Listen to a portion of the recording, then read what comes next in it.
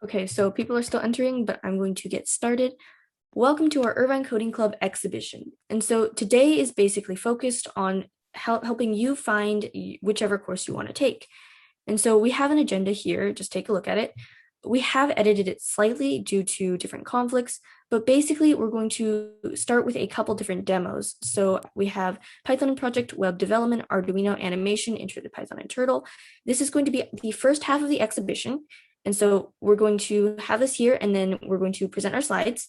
And after these finish, we're going to have a brief break here where you can put your questions in the chat. So when we have the questions, it'd be nice, since we have lots of different courses, if you could basically format it as course-question. So for example, I have here, let's say the course Python and projects. If I were to ask a question, I would format it something like Python and projects dash, what time is your class? You can ask questions in the chat throughout any portion of it, but we'll probably wait until this middle portion here to answer your questions. So it'd be nice if you guys could leave the chat relatively empty except for questions. So no spamming, no comments, just questions. That would be great. Our second half of the program is just going to be 6:30. It's going to go through the remaining four courses. And then after that, we're going to take another break to answer questions about those courses. Once we finish that, at around 7, we're going to invite our guest speakers. So the guest speakers are the ones that basically we mentioned on the thing. We have Tyler Xiao, who is a USICO Gold qualifier, and then we have two times Amy qualifiers who are also going to be answering questions. You can, throughout this, we've made it possible for you to edit your response. You can resubmit and change whatever responses you want. If you find a class interesting or you want to drop out. So in the chat, if you'll see, we're going to have our sign up for our summer courses. So you can just change whichever courses you want, and you can keep it open, edit your form responses. At the end of exhibition, you can basically sign up for new courses or drop out of old courses. So I'm going to talk a bit about the Irvine Coding Club before we start here. The Irvine Coding Club is a club designed from mainly Rancho San Joaquin, but we've expanded to lots of other schools. Currently, our mission purpose is mostly just to teach courses to help people get interested in computer science. But as you can see here, we have a lot of different variety of courses. So if you'll go to our website, which is irvinecoding.club, I believe someone's going to send it in chat. You'll see all of the different courses you can sign up with. You can see the sign up thing. You'll see a lot of different things. So our course and our club, we also participate in competitions. Recently, our team led by my fellow president, Agam, actually managed to win a pretty big prize in a Southern California SoCal competition. So our club is basically focused on a lot of different things, mostly based in computer science. If you are currently interested in joining the club as a member, so our students are the people who are taking the courses here. You can be any age if you want to take the courses. But if you are incoming 7th grade or older, then you can join our club as a member. So the difference here is students are able to sign up for these various courses. You can be taught. Joining as a member basically means you can become one of our teachers and you can participate in the different competitions and different things that we basically offer. So there's more information on this in the introductory video on our YouTube. I'll post the link here again. But basically, our introductory video in our YouTube basically goes a little bit more in detail. And so if you want to join our club as a member, then I'll link the Discord. But if you want to continue on for classes, you're in the right place. We're basically going over all of the different courses today. So this is a brief schedule. You guys can screenshot this. I would definitely recommend screenshotting it for further reference. Okay, without further ado, please try to keep the chat as empty as possible except for questions. I'm going to start off by basically explaining our first course, which is Python in projects. Can everyone see my screen?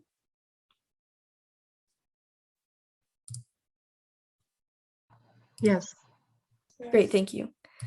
So Python in our projects is our first main course. This course is taught by 3 main people. So we have me. I have 6 years programming experience. I love programming. I am also the ICC president and co-founder. We also have Agam. I'll let him introduce himself. Hi, I'm Agam. I also have 6 years of programming experience, and I'm also an ICC president and co-founder.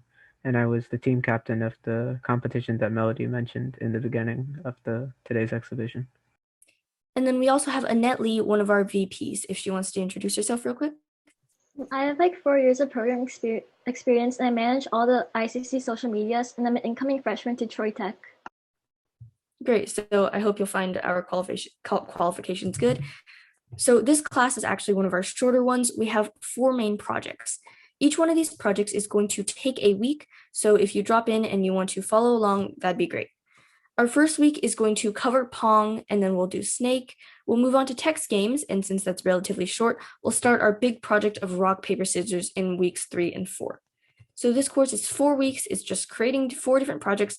By the end, your child is going to have all 4 projects. They're going to be able to run it on Python. They're going to be able to create this. So this is an example project from our week 1. This is Pong. So this is actually what you're able to program. We're going to use Python and Turtle to basically create this project. So the class format of this is a little bit special because it is really hard to type in code. It's mainly going to be focused on us showing you the code. So these are actual slides examples that we have. It's going to be 1 hour long, and we're going to basically verbally go over different sections. So for example, when we're teaching this, your child is going to have to type in the code, copy it, and then we'll explain this. And we'll also give some examples. For example, right here is random.choice. It's one of our commands. And then we'll basically explain this. So I have a question here, which is pretty simple. I'll answer it real quick. What do you need to be able to participate? Our website itself actually has a location where you're able to program Python. So you don't need any other sites besides our website. So you can program directly on there. But for the requirements and credentials themselves, we have a bit here. This is actually technically our Python 102 course, basically meaning you should have a bit of Python experience already. So the suggested grade is 5th grade or above, and that's just because typically people who are able to program are 5th grade or above. But if you're like 2nd grade and you're great at programming already, feel free to join the class. Over here, all you need is the ability to program. So you just need this course isn't good if you're already like a pro, but it isn't good if you're already like, if you don't know anything about it. This course is great if you just took an introductory course and you want to learn more about Python. So for example, our introductory course, Introduction to Python and Turtle Graphics, is going to be covered later. And if you don't know anything about Python, I would definitely recommend taking this course. But if you finish this course or you're taking this course and you want just a little bit more, you want to learn different projects you can program with Python, then Python and Projects is the perfect course for you. All you need is a working computer able to access our sites. In the chat, you'll see we have the irvinecoding.club/Python. You can program Python on that. But other than that, that's all you need from this course. So that's the basic idea of this course. If you have any questions, please wait until the middle part where we're going to explain, and then you can put it in the chat now, but we'll wait to basically answer the questions. Our next course is going to be Web Development by Ian Madden. This is one of our advanced courses. You don't need anything to go into it, but it's one of the cooler ones. So I'll let Ian explain a bit more about it.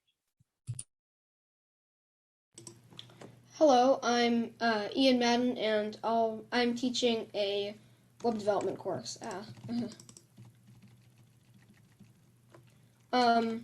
I like to make Discord bots and websites and Chrome extensions and other fun things in my free time, and I started with web development, and it's really fun to just be able to make things and not need much to get started, so this is why I'm teaching this course.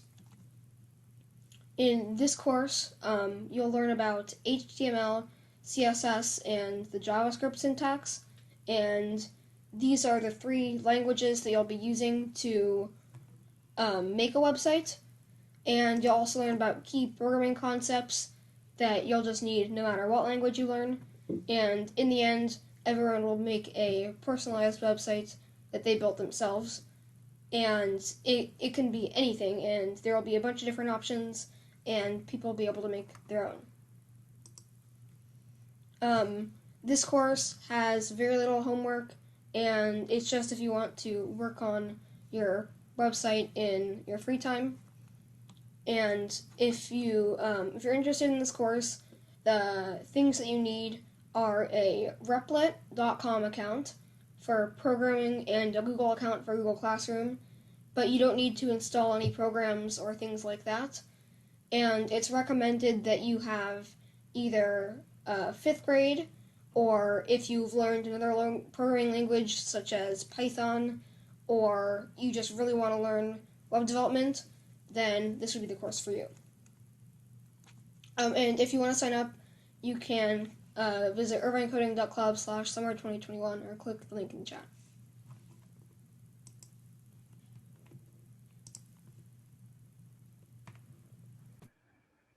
Does anybody have any quick questions for Ian? No. Okay, if not, we're going to move on to our next class over summer. Wait, there's a question for Ian. Ian, do you want to answer that?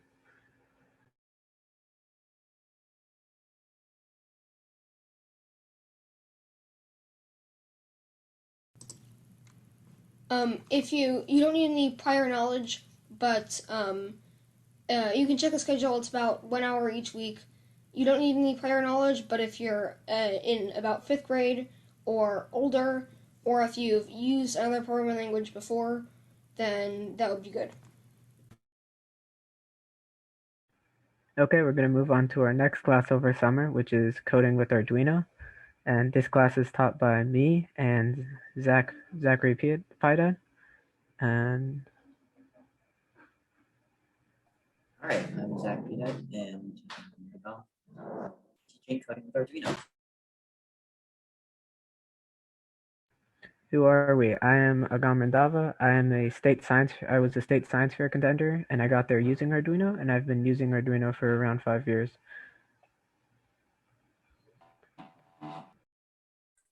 I'm Zach Pida. I'm part of ICC. I've been programming for 7 years, and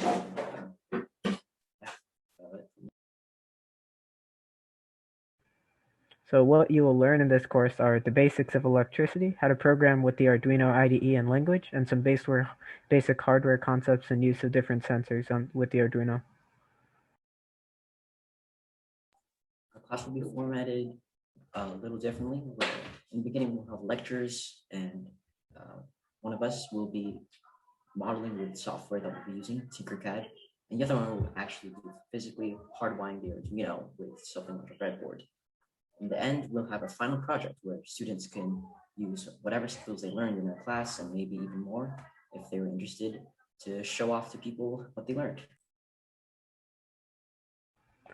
Unfortunately for all the kids who are watching, there is homework for this class. It's not a lot though, and it's mostly to just make sure you remembered what we taught you in our lessons. What do you need to know to do this class? Technically, absolutely nothing. But it would be nice if you knew a bit about electricity and some basic math. For example, how 1 + 2 = 4. Some materials that are required are a computer to code on and to make a Tinkercad account, an account with Tinkercad, and a positive mindset. Materials what we recommend is for you to have an Arduino to follow along. If you have the money that you can spend, maybe a starter kit. Of course, it would also be good if you have basic understanding of electricity and basic understanding of programming. Thanks, that's it for our presentations. Do you have any questions for us?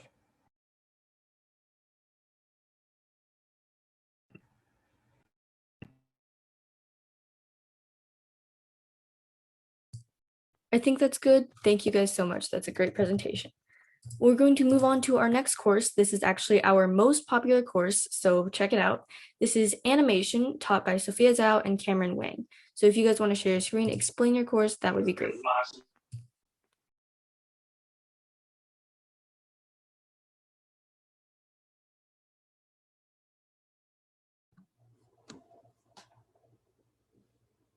All right, so welcome to Introduction to Animation. It's taught by me and Cameron. We've both taken classes in animation before, and this course is intended to be an introduction to the vast world of animation. This class is going to cover the basics of animation, how to plan out an animation project, how to animate basic movements, an in-depth explanation of using software-generated animation or tweening, and a final project at the end in which everything you've learned will culminate. The goal of the class is to help students learn the basics of animation and provide a foundation for further study. This is by no means a professional course. It's just meant as an introduction. So if your interest is piqued, you can go on to do your own research and learn in more specified areas. The class will last for 5 weeks, and there will be 2 meetings each week. Required material is any animation program, so Flip a Clip, Animation Desk, Krita, Fire Alpaca. Those are all the free ones I can think of. Of course, there are paid ones, but if you understand how to use a paid animation, you're probably too good for this course. You're also going to need a drawing device. So, for example, a drawing tablet paired with a pencil or any kind of Apple device that you can pair with an Apple Pencil, or you can just use your fingers. Suggested material is drawing experience, but if you can draw stick figures, you'll be good. So our class will be structured into 2 meetings each week. On the first day, which is Wednesday, we will have a lecture and a demonstration of some sort of skill that you've learned in the lecture, and then a homework assignment. The homework will be pretty light. It'll be pretty quick to finish. And on Saturday, there will be an optional meeting for homework review if you'd like to come and get some feedback. So now we have some example animations by me and Cameron. This one is a mix of both traditionally animated pictures, still frames, and also tweening, and there is a flash in one part, so just a warning if you're sensitive to that kind of stuff.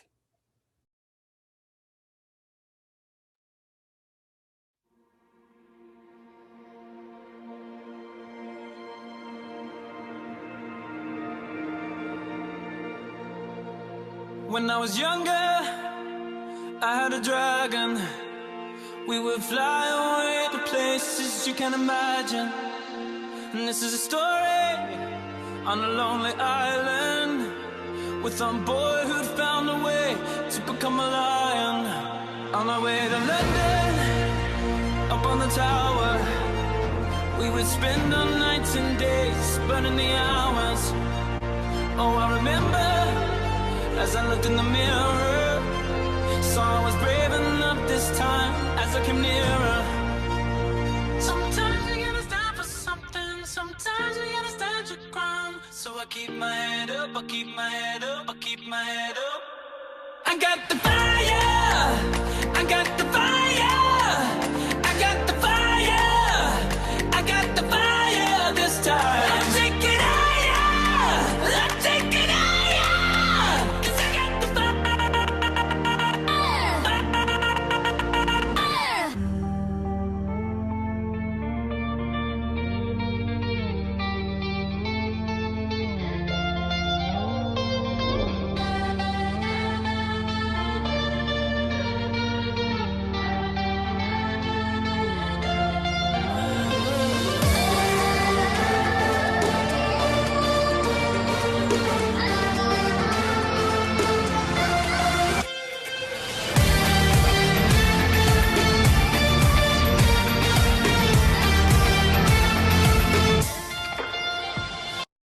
And it cuts off there because the full animation is like really long.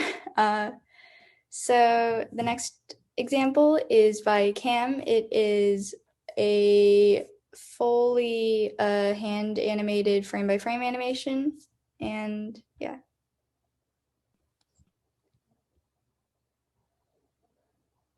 This one is silent, so if you guys have any questions, you can probably put them in the chat.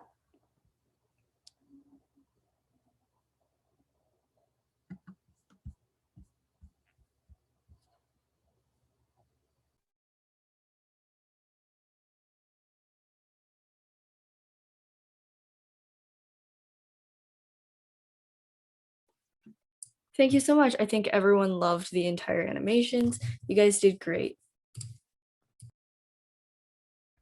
Does anybody have any questions for Sophia and Cameron?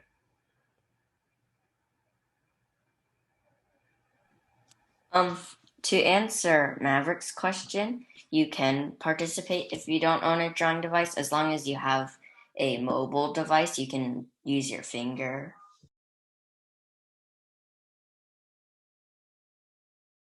Okay, next up is the Introduction to Python/Turtle course taught by Allison.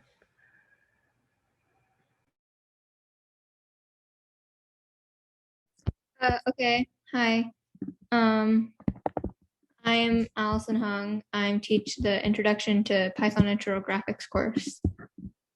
I'm going to share my screen.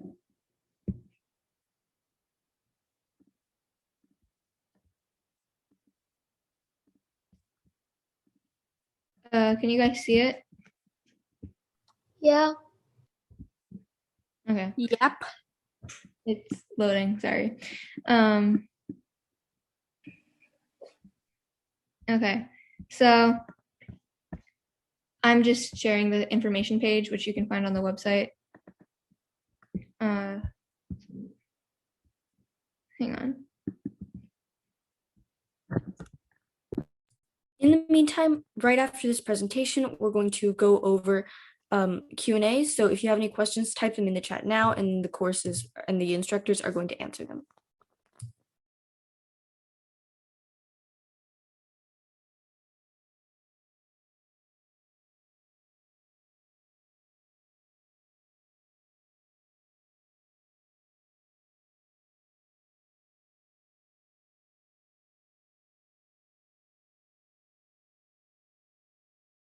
Okay, it looks like we're having a little bit of trouble basically sharing screen, so I will share screen instead and have Allison continue to talk about it if you want to do.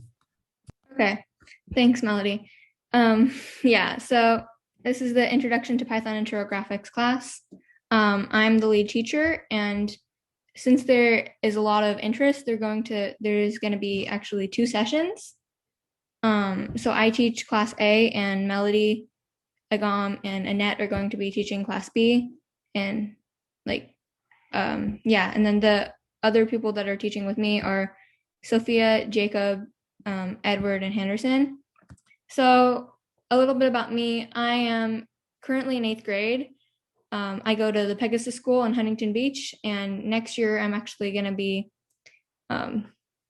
next year I'm going to high school at like this math high school. So Introduction to Python and Turtle Graphics is a 10-week introductory course to Python in computer science. So you don't need any prior knowledge. It's basically a course for beginners. And we're going to teach you about Python and Turtle Graphics. Turtle Graphics is the idea, this programming concept of a 2-dimensional plane with a turtle on it, and the turtle has a pen on its tail, and it's kind of crawling around on the whiteboard, and it's crawling around on the whiteboard and drawing things. So we're going to teach you like how to draw in Turtle Graphics. So yeah, it's basically the basic programming concepts and having some fun with Python and Turtle Graphics. It's 10 weeks long, and so it's from June 6th to August 15th, and classes are on Sunday from 4 to 5:30 p.m. And yeah, so one other thing to note is that to sign up for this course, it's actually different from just signing up to the regular courses, because you have to complete a separate registration form, but you can just find all that on the website. Yeah, the link to this doc, it's on the website, but I'll send it in the chat too. There. Are there any other questions?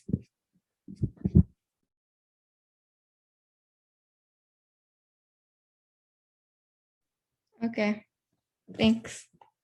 Okay, right now we're going to take a quick question break. If anybody has any questions for any of the lecturers that have presented so far, drop them in the chat. Also, please be sure to try not to put anything except questions in the chat. So conversation, try to keep it to a minimum, and also don't annotate on the screens. That would be great. Thank you. So put in your questions in the chat, and then all of the lecturers so far are going to answer them. Like, can you ask them out loud, or do you have to type in the chat? You can ask them out loud. That's fine too. Oh, how many courses in total are there? We have 9 courses in total, and there's no limit to how many you can take as long as you can try your best to make them. Okay, does Enya have a question? Yeah, for the like, do you have to sign for the other paper for the last one, the turtle? Do we have to sign the other piece of paper on the website? It's just another Google form. You have to sign that. Yeah, you have to use that, register through that. Otherwise, we won't count your registration. Oh, okay. I saw a question in the chat. I'm going to briefly share screen. So over here, this is our website. It's been linked in the chat multiple times. We have our introduction video here. Here are a couple statistics. But if you scroll down here to our courses, all of the information and all of the courses are here. Actually, if you go to older, this is where the other courses are. So the other ones are here. And if not, you can also go to, so all of the stuff is on the site. So if you click here on summer 2021, then that's also the main site and the main link in order to be able to see it. So if you click on the link that people have been sending, the summer 2021, when you click on one of these, it'll show you all of the information for the course, and then you sign up using this Google form here, and we have the schedule up here. I saw a question if the classes could be moved to mornings. Unfortunately, we can't move the classes. I don't think we can. The classes are just when the lecturers set the time. All of the lessons are going to be recorded. So if you want to get the recordings, since we're all using pretty much the same Zoom, you can message the instructors or message irvinecodingclub@gmail.com, and then we'll send you the recording.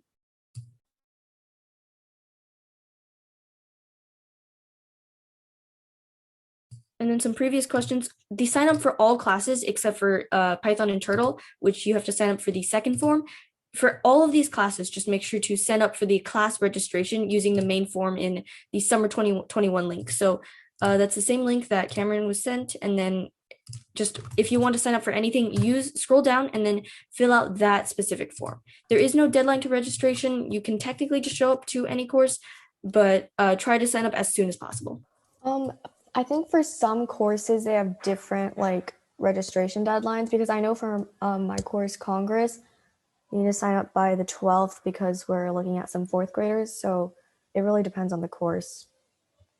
My course we would really prefer for registration to be done by June 30th. I mean, by May 30th, but we understand that it's kind of short. So, but it'd be preferable for people to sign up by May 30th.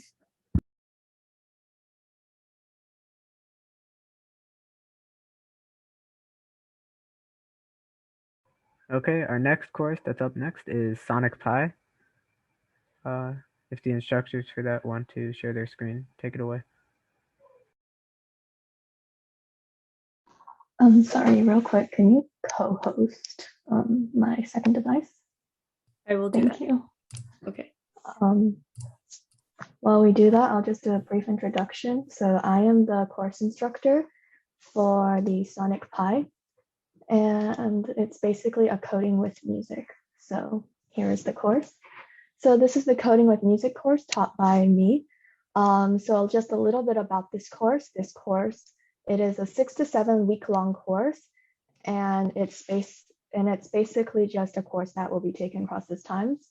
I understand that it's been labeled intermediate. However, honestly, if you have any interest in coding or music, then you can take part in this course and there would be no harm in it. This course is rather simple, so you don't have to be very advanced in anything in order to take it.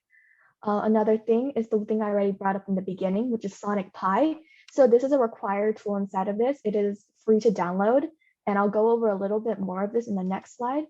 So this is basically Sonic Pi. It was created by Sam Aaron, and it's based off the language Ruby, but you do not need any knowledge of Ruby in order to learn this language. You can completely start from scratch, and it can be downloaded on desktop or Mac as a free software.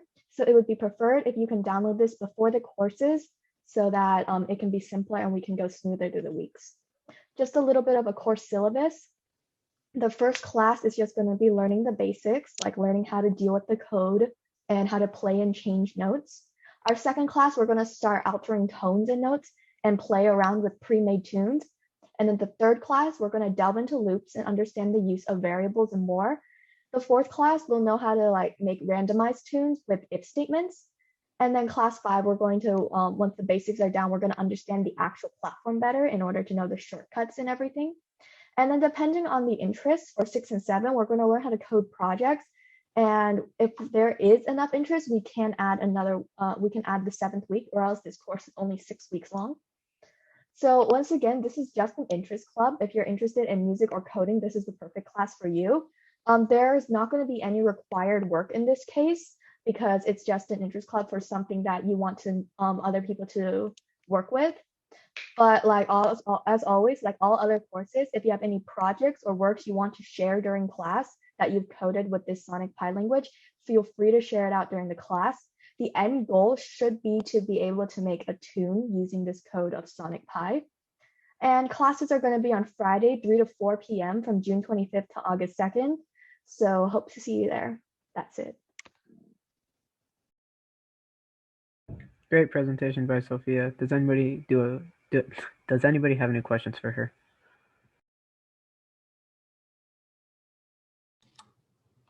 So Sonic Pi is like this music place where you can code some tunes? Yes, it's a type of coding language. So it's for desktop. It is just going to be a software that you can add to it, and there's a platform that you can code with that language. That's it.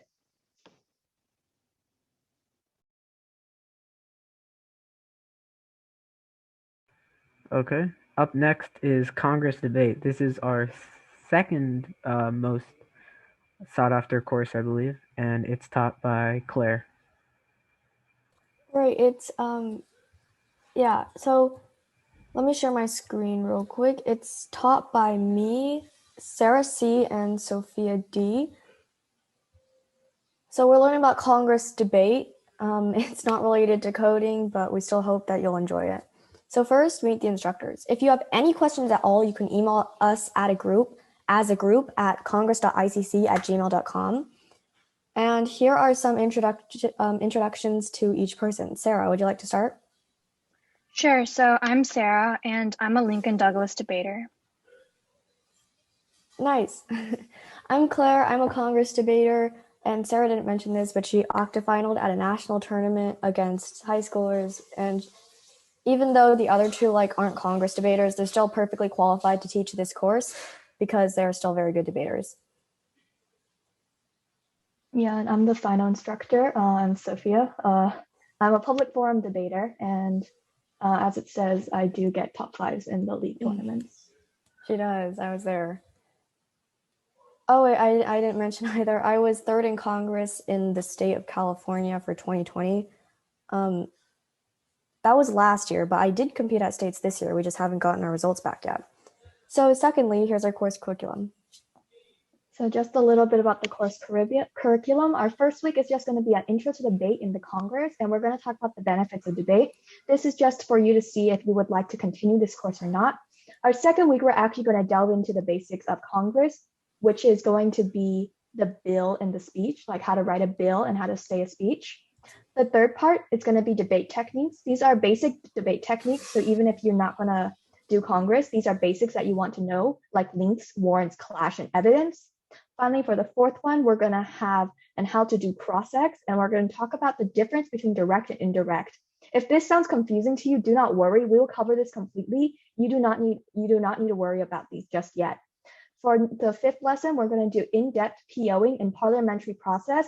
which is something specific to Congress debate if you are interested in it. For the 6th week, we're going to go over basic speaking tips, and we're going to go over some fun speaking drills. And then finally, that's going to lead to our 7th week, which is just a tournament against your peers. And it's going to be just a fun, simple tournament where we will debate the bills that you guys wrote. Yep, and you can, if you win, I think that there will be a section added to the website, and we can feature you on there if you'd like. Next are some prerequisites. Sarah? So the prerequisites, there are no experience needed and everyone is welcome. It's recommended to show up with a positive attitude so you can enjoy actually taking the class. And it's also important to have fun. And one thing I would like to mention is that this class is not about like the US Congress and like the people there. This is about Congress debate, which is actually modeled after the actual Congress, but there are some differences obviously. So I just wanted to clear that up if anyone is confused. So these are the age groups which are subject to change. Yeah. So 1st to 4th grade is taught by Sophia. If you are an advanced 4th grader with experience in either Congress or like actual debate, we're going to be sending out more information about that, and you can be taught by Sarah, who's teaching the 5th graders. The reason that 4th graders specifically can move on is because there are less 1st to 3rd graders, and we thought that some 4th graders might not want to compete against the 1st to 3rd graders. So yeah. The 5th graders is a larger pool, which is why like we split it up that way. Of course, this is subject to change because we already sent out a second form. Can someone please put that in chat? I think I DM'd it to Ian earlier. Lastly, I'll be teaching the 6th to 9th graders, and as mentioned previously by Sophia, it is a tournament against your peers. So like the 1st graders aren't going to be competing against the 9th graders. And classes will be at the same time on Sunday, 3 to 4 p.m. unless stated otherwise. We do have some variation to this.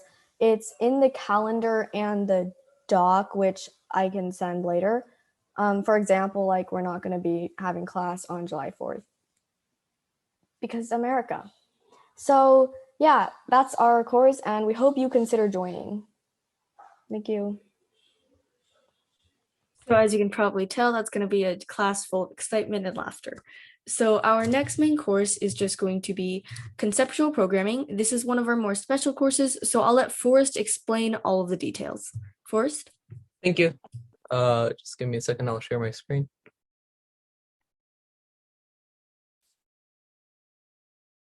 All right, hello everyone. My name is Forrest Singh, and I am teaching the Introduction to Conceptual Programming class. Just a note, if you have any questions, you can go to the link above and enter questions. We will be reviewing them later. So a little bit about myself. I'm entering 8th grade from Rancho San Joaquin Middle School. I led the team that placed 7th in the Southern California Cyber Cup qualifier round. I have over 6 years of advanced programming implementation and programming concepts, and I also understand intermediate calculus and analysis. This class is a little bit different from other classes. Instead of using slides or slide decks that have all the plans put out, we start with a discussion on what we are learning today, and then later implementing it into programming. For instance, we could be learning linked lists, and I would first teach everyone the concept of linked lists and how they work. Later, they would implement it into Python, discussing the different techniques and ways of using Python as a medium for this concept. This way, the student is able to learn more clearly and formulate their own opinions and solutions to adapt to their independent programming style. Between each class, kids will be having homework that is adaptive to what they are learning and their performance. In general, we will be learning some basic programming concepts that overlap into math. We may learn recursion, stacks and queues, sorting and algorithmic efficiency. And the final 2 sections are linked list and binary trees, which will be a final project for us to implement. To enter this class, it is recommended to be at least in the 6th grade and to have an intermediate sense of Python implementation and how to code with it in general. In addition, having at least Algebra 2 math experience is going to be quite useful, as many of the concepts use mathematics that require Algebra 2 experience. And as always, an eagerness to explore the overlaps between programming and mathematics and the underlying beauty in them. Great. Let's review some questions. So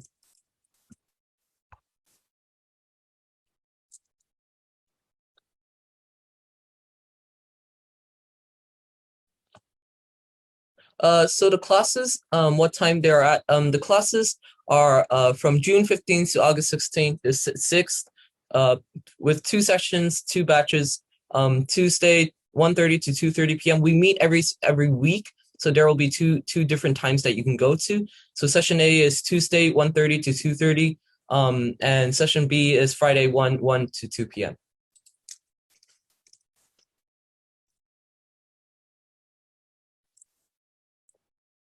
About the Google form, if the form is only for interest, I think the form is to sign up to join the classes. I know the name is it says it's the interest form, but it is to sign up to join the classes, and most likely your teacher will be emailing you about your class later. Okay, so it doesn't look like I have any questions. So thank you so much for watching my presentation. Thank you so much. Okay, so I think there was a little bit of problem at the end, but basically what's going to happen with his course is it's just going to be a small group discussion course. You need to have at least Algebra 2 and Mathematics, and then it's going to be very tight-knit, so if you want to enter it, please make sure to sign up. So and then Forrest got it right. The form is for signing up for the classes. Okay, so next up is going to be our math course. This is actually the AMC 8 course. And so we have very talented, very qualified teachers. So I'll let them share screen and explain.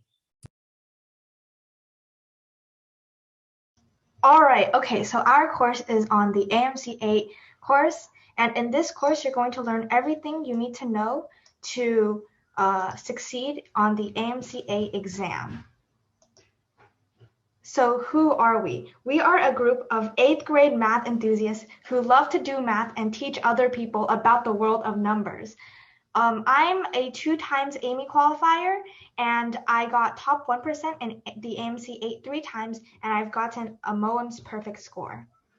Michael is not here today, so I'll just say his achievements. So he's a content developer, and he scored top 8% in the USAMTS out of 1,247 participants. He was a Math League national qualifier, and he got 4th place on the LMT team, and he also got a Moen's perfect score.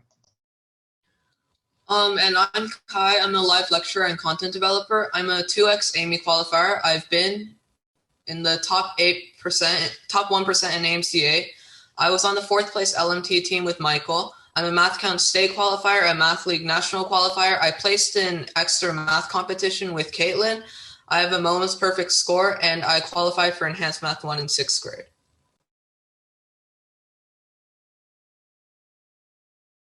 All right, so the requirements for this class is first, a basic understanding of arithmetic. This includes the 4 functions, which is addition, subtraction, multiplication, and division, a basic understanding of fractions, decimals, and negatives, and a rudimentary knowledge of algebra. Pencil, paper, and notebook is helpful to take notes and use for scratch paper to solve the problems. Graph paper is useful but not required. We aren't going to be using calculators because on the AMC 8, you're not going to be allowed to have calculators. And most importantly, you'll need a love of math. So the first part of the course will be dedicated to algebra. We'll be reviewing single variable algebraic equations such as 3x plus 4 is equal to 13. We'll be reviewing algebraic word problems, and we'll be looking at the distance, time, and speed formula and how to apply it to other situations other than distance. We'll be looking at algebra and other subjects such as geometry and number theory. We'll be going into an overview of polynomials and some basic factorization techniques. We will also look at some functions, their odd, even, parity, and how to solve them with substitution. And we'll finally be going over a review of all important Next, we will be going over geometry. So this will include angles and shapes, like the area and perimeter of triangles or squares or any polygons in general, the Pythagorean theorem for right triangles, and we're going to be going over radicals like square roots and Pythagorean triples like 3, 4, 5 triangle. And we're also going to be going over similar triangles and congruence and similarity, and we're going to be talking about circles and like their area and the circumference. And finally, we'll wrap it all up with a review plus problems. So for combinations, we'll first be going over permutations and combinations and what they mean and the difference between them when solving combination problems. We'll be going over basic factorial, permutations with repetition and rotations and over basic permutations and basic factorials with repetition, and we'll also be going over rotations and reflections. We'll be going over combinations and the difference between permutations and combinations, different counting methods such as stars and bars, and how to solve combinations with replacements. And we'll also be going over probability, the basic theory of it, and also double counting situations. Okay, next we will be going over number theory. This will include the fundamentals such as multiples and divisibility, prime factorizations, common multiples and common factors, and we're also going to be going over briefly bases, what they are and how to use them and how to convert between bases. And we're going to go over greatest common divisor and least common multiple and how to use the Euclidean algorithm to solve for these. And again, we're going to wrap it all up with problems and review. We'll also be going over some miscellaneous topics such as arithmetic, exponents, and fractions. And we'll also be having a mock AMCA test at the beginning of the class, and it will feature questions from every single week of the course. All right, thank you for listening. I'll be addressing any questions right now. And also, so for each segment that we've talked about today, we're going to spend approximately 2 weeks or like 2 lessons on this. So we will have like a very comprehensive course. Yes. Oh yeah, and also for the appropriate grade levels, this can be applied to several grade levels. We're pretty sure we're going to be separating this into at least 2 different course or classes. So we can split the ages from 6th grade to 8th grade. And Kai, I believe, will be teaching those. And then we can split 4th to 6th so that we have different levels. But we're going to be reviewing like almost the same thing for each level. It's also worth mentioning that since you can't take the AMCA above 8th grade, there's really no point if you're above. I think Kai was like lagging a bit. So just to repeat what I think he said, we're not going to be opening this course to people above the grade of 8th grade because the competition is really aimed for students in grades 8 or lower.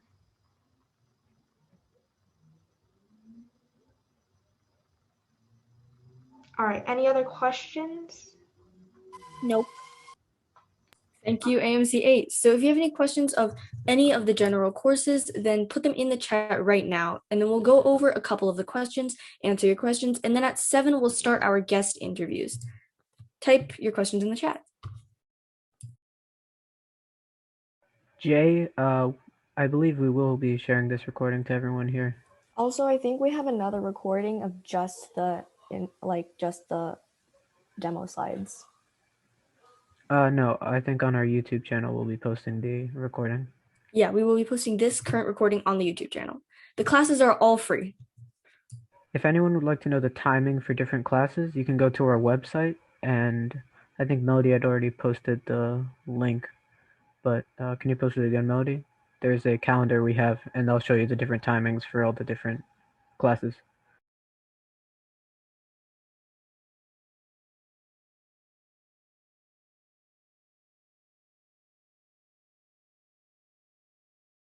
Also, someone asked in chat for the congressional debate course, what is the difference between the different kinds of debate? So just for the ones that like the 3 of us do, for public forum, it's like a 2v2 debate.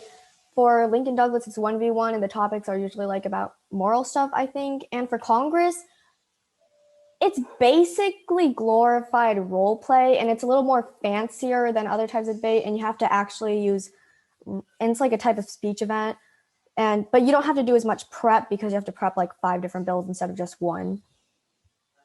And also, if we have experience in other forms of debate, can we use that experience?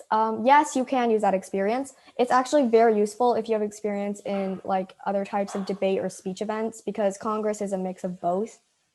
You can just apply it to like a different type of debate. And yes, it is okay if you enter Congress without, with experience. You'll probably be better than a lot of people without it. But yeah, it's okay. We'll probably be covering like a lot of different kinds of things because, so the thing is, Sophia and Sarah both have experience in like going deep in depth about speeches and debate. So they'll be teaching you different kinds of stuff besides just the surface level debate stuff. So it'll be useful even if you do have experience. Okay, I saw a question from Leon. For classes with more than one teacher, will they alternate or teach together? That depends on the class. I know that with me and Zach in our Arduino course, we're going to be teaching together, but I know that some other classes, they might be teaching just week by week. Oh, and for grade for the AMC 8 course, 3rd grade is a little bit young, but if you feel like you can catch up with the course and you will understand what we are talking about in the course, then 3rd grade is fine. And 6th grade is recommended because 6th grade is like in the middle between 4th grade and 8th grade. Ahana, I think we've posted this several times now. The calendar on our website will show the different days and the different times for every single class over summer. Python and projects is on Thursdays.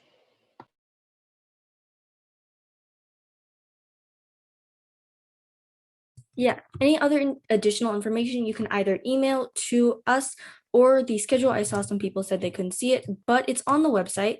So the link people have been posting, the schedule is right here. I'll share a screen really quickly. This is the website. This is the schedule. It's /schedule 2021. If you go and look at the different courses, it shows all of the weeks, and we have this in Google Calendar. You can add this to your Google Calendar, and it shows all of the different dates and times. So please feel free to check out our website if you need additional information on scheduling specifically. Okay, any other last minute questions we can answer afterward? Yes, AMC 8 is the math class. I think there's a question for Congress debate from Jimmy Ying. Yeah, for the Congress debate, if you are in 4th grade and you would like to join the 5th grade course, then we have a section of the form for that, because the one we understand it might be a bit awkward for 4th graders to be debating with younger kids. But for other sections, like the other grades, it'll be preferred if you stay within your grade level. So yes.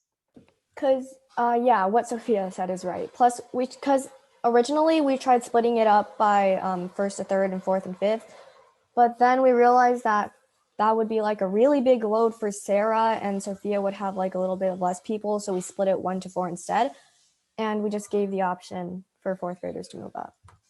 Oh, right. If you are a 4th grader and you would like to move up, and also like if you're taking the course at all, you should fill out this form. For all the questions about the different class names, you can look at our schedule, the classes in order. When you go to the Google form, I think you'll remember which ones you see. There are different options for them. Another important note is all your teachers will be sending out a Google Classroom or somewhere else where you can all ask them questions closer to when classes begin. For the question by Edward, if we can't get to a class because we are sick, there will be Zoom recordings, and we'll send them to you.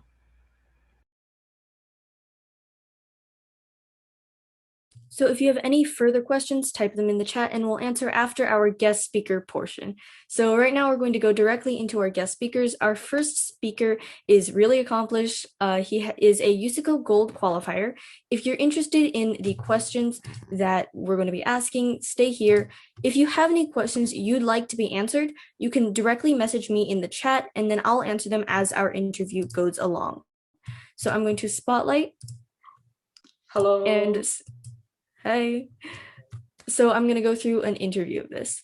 Okay, so before we start, tell us a bit about yourself. Okay, hi, my name is Tyler, and I'm currently a freshman at Del Norte High School.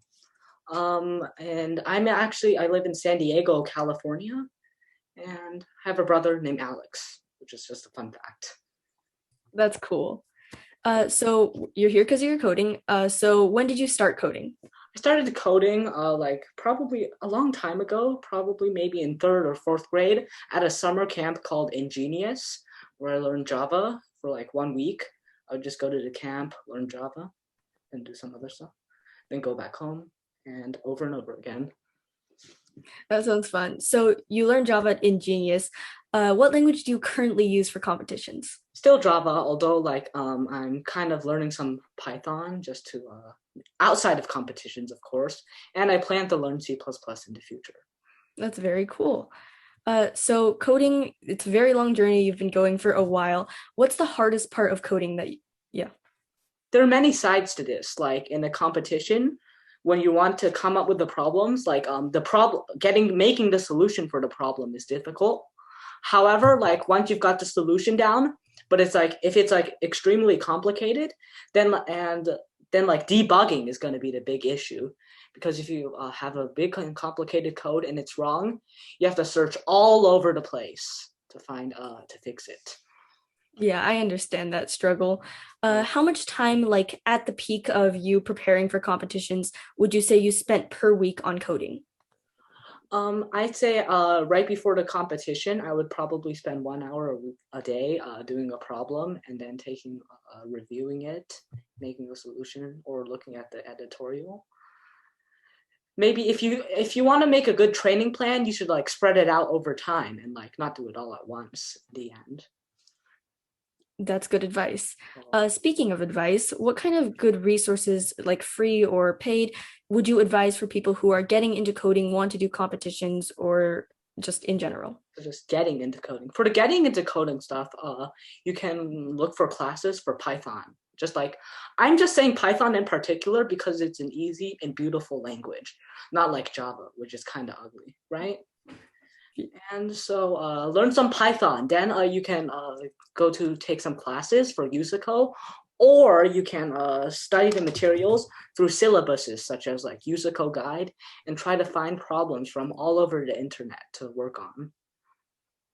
Mm-hmm. Okay. And also, I think Melody has a YouTube channel and actually makes very good videos for the YouTube, some problems, Usico problems. Thank you. So you personally are a gold qualifier. How do you get from silver to gold? Or what advice do you have in general? Well, getting to silver, first of all, means you've beat bronze, which requires knowledge of just basic knowledge of programming and some basic algorithms. To get from silver to gold, you need to master some more difficult, but like still relatively straightforward compared to later ones, algorithms. You also need to like kind of practice a lot of your problem solving skills.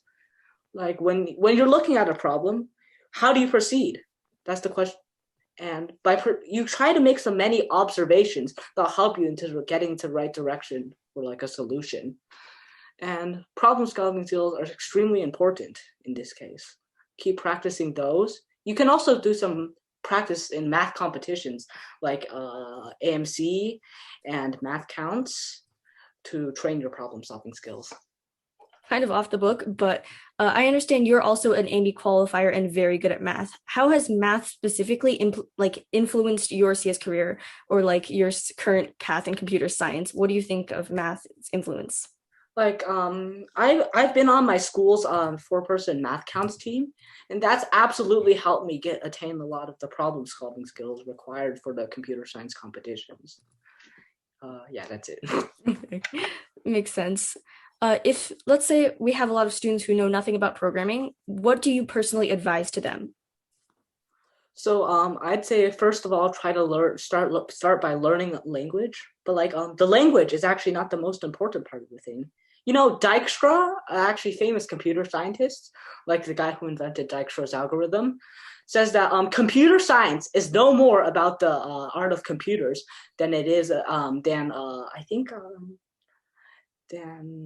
kind of forgot the rest of the quote, but like then maybe astronomy is about the art of telescopes. Yeah, that was the quote.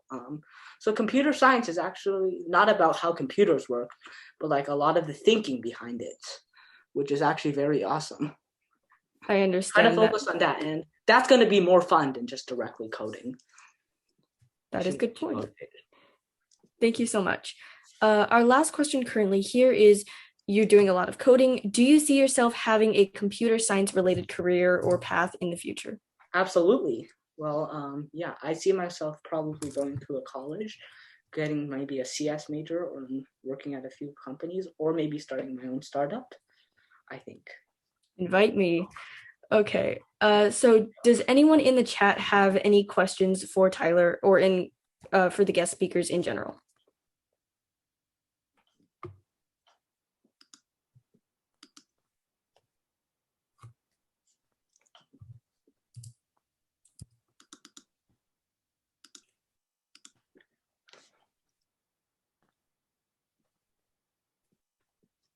Okay, it looks like there are no questions. Thank you so much for your time. We know you're a great coder. Thank you so much for doing this interview. I have a question. What's your first computer competition? And how do you prepare? So the first computer competition, or like the competition that like a lot of high schoolers do, is USICO, which is like the USA Computer Olympiad. It's usico.org. And to prepare for it, there are 4 divisions: the bronze, silver, gold, and platinum. Start off in the bronze division. For the bronze division, you need to have basically know how to code and know how to code a few basic algorithms. And you can find those material in the USICO guide or many other resources online that will tell you what's an estimate of what's in USICO bronze. Does that answer your question? Yes. Oh. Thank you. We actually have another question who is direct messaged me. What is your advice for middle schoolers who are interested in programming? For middle schoolers interested in programming, maybe you can join try to go to the Irvine Coding Club's classes, like if you live in Irvine. Or you can probably try to contact a local CS club or try to join a programming course. I think those are a few pathways for you. Okay, I have another question. How long did it take for you to get to your level, like in terms of competitive programming? It really depends. Like, I'll be honest, I was kind of like a slow learner at the beginning for USICO, because when I was like very young, I really didn't understand a lot of the topics. But like when you get older, you get better at math, problem solving, and thinking and all that. And your brain is more developed. It's learning to code is a bit easier for you. So I'd say it depends for every person. Maybe someone and also the amount of time they put in. If they work very, very hard, it maybe would take 1 to 2 years. Usually a bit more. For you personally, how long did it take? Too long. Okay, that makes sense. Do you personally find programming fun? Is programming fun? Yes, like when you're trying to code your own project, and when you're exploring your own interest in programming, and also doing USICO problems, sometimes it's fun. I got a specific question about USICO. Is Python enough for silver? Yes, Python for bronze is good, because all you need to do is complete search, mostly. Take it with a bit of a grain of salt, because some complete search solutions didn't work. But Python is fast enough for bronze, because it's usually just brute force. Maybe not necessarily for silver. I know personally, my friend's Python code times out on a few problems on silver. Okay, are there any last questions?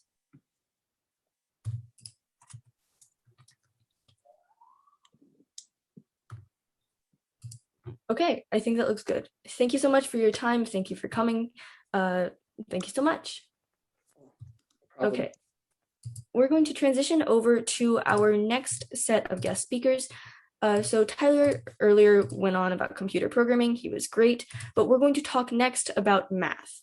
So we have a couple guest speakers that are going to be interviewed by Agam. So Agam, if you want to take that. Okay, let me go ahead and add them to Spotlight.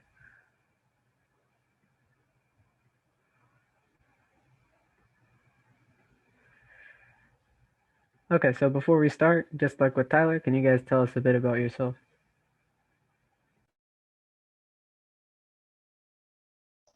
Hi, I'm Caitlin. I qualified for Amy twice. I'm the lecturer for the AMC8 course, and I guess like one of my greatest achievements is qualifying for Amy in 6th grade. I'm Kai. I'm an 8th grader at Rancho San Joaquin Middle School, and I also qualified for Amy twice. I'm a lecturer for the AMC8 course, and my greatest achievement is qualifying for Amy twice in a row. So the first question, during this interview, if any of you have questions for these two, just put them in the chat, and once I'm done with the question I'm asking, I'll ask them. The first question is, when did you guys both start doing competition math? At what age? I think I started in 3rd grade. I participated in the all-girls math tournament, and beyond that, I really enjoyed doing math competitions. I started doing math competitions in 5th grade with the Thanksgiving tournament, and I really liked it, so I just continued doing it from then on. Around how much time do you spend a week, or did you spend a week at your max just practicing math for these different competitions? Yeah, at my max, like when the math competition was usually around the corner, I think I would spend like at least an hour a day, maybe 2 hours. I would say on like pre-competition weeks, I would say, like where I don't really have anything coming up, I usually study around 4 hours a week, I would say. But during competitions, I usually study a lot longer, like 1 to 2 hours a day, just like Caitlin. Do you have any advice for people looking to get into math competitions? Like which ones should you take first if you've never done them before? Yeah, if you haven't done any math competitions before, I would definitely recommend the MOEMs. So this is perfect for elementary school people. And then beyond MOEMs, once you get good at MOEMs, you can start with math counts or AMC8. Math counts and AMC8 are generally on the same level, except AMC8 there's multiple choice. And then beyond AMC8, you can do like AMC10, AMC12, and so on. Are there any? Oh wait, sorry. Go ahead. I agree with Caitlin, and I would also like to add that a lot of local competitions, such as the one OCMC organizes, they're also really good for practicing and for gaining a sense of how math competition. Do you guys have any personal strategies or way for learning that you found helped a lot with math? I think one of the biggest strategies I've used is definitely going over several problems. And let's say I'm really struggling with geometry on the AMC8. Then I would search up geometry AMC8 questions and I would just go through those and it would really help me improve. And in general, I would just work through a lot of AMC8 problems so that I could get better at them. I usually go through like if I'm studying for like AMC 10 or AMC 12, I usually go through them. I find that they help me improve the best at those competitions. Also, a lot of the time when approaching a difficult question, such as the ones on later AMCs, a lot of the time the difficulty comes in not knowing where to start the question. So I like to look at the beginning of the solution sometimes and see if I can progress. And Why did you guys get into math? Because I know for me, at least, for me, when I first got into math, there was a lot of pushing from my parents, and they forced me to start my first competition. But I'm wondering if it's different for you guys. For my first competition, I believe my parents forced me to do it. I didn't really understand what math competition really meant, so I just went into it blindly. But then later on, I found that I enjoyed going to these math competitions. I liked the feeling of solving problems. So in the beginning, my parents forced me, but now I enjoy it. My parents, the first time I did math competitions, my parents just took me one day and dropped me off at a math competition, and I had no idea what I was doing there. But now I've like grown a sense of appreciation for math and like the beauty in the numbers and how in some problems everything falls into place and solve the question. So I'm very dedicated to math right now doing it. I think you cut out a little bit at the end there. But next question is, has your knowledge about math affected any other subjects in a good way? Yeah, math and science go hand in hand. So I think I've really improved on my physics mostly. So I can try doing like the physics Olympiad in the future. A lot of like science related subjects have math equations in them, and I would say the two most entwined subjects with math would be physics and coding. Coding because algorithms are based on mathematical theory, and physics because there's a lot of calculations and formulas that need to be done, and it's also very close to calculus. Okay, I have a question here from the chat. Are there any skills that are useful for math? I can't really think of any. I think mostly like skills, probably like logic, but math is mostly your mental dedication to like really try to persevere on a problem until you get it correct, because a lot of times math is about solving the problems, but it's also about how you get the solution. So if you keep working at a problem, then you can eventually get the solution and you'll know how to do a similar type of problem in the future. I haven't. Go ahead. I agree with Caitlin, but I would also like to add that not all problems are creative and beautiful. Some of them can be very annoying at times with bashing combinations, but a lot of problems are really fun to do, and they're very creative as well, and they require the combination of many different formulas and theorems within the mathematical world. Okay, I have another question from the chat. Besides math, what other extracurriculars are you involved in, both of you? I play the piano, and there's quite a lot. I do debate with Sarah, and I also draw. I used to play the piano, and I also do physics and coding in my spare time, and I also play soccer as well. I'm on the Flight 1 team for Pats, and I have a lot of extracurriculars as well. Oh, I want to add that I also do Scioli at Jeffrey Trail. So Jeffrey Trail Scioli team is very like good, so you guys should try out. And also, math has a really big correlation with science and like Scioli in general, which is why I think these two go hand in hand. Okay. Another question from the chat. What kept you motivated to study hard?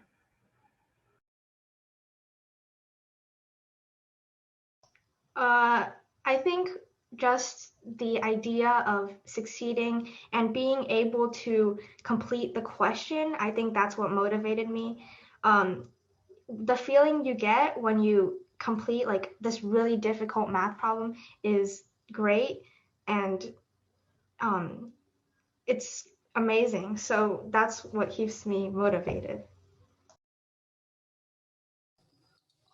I would say having like peers or parents to push you along with math is also very like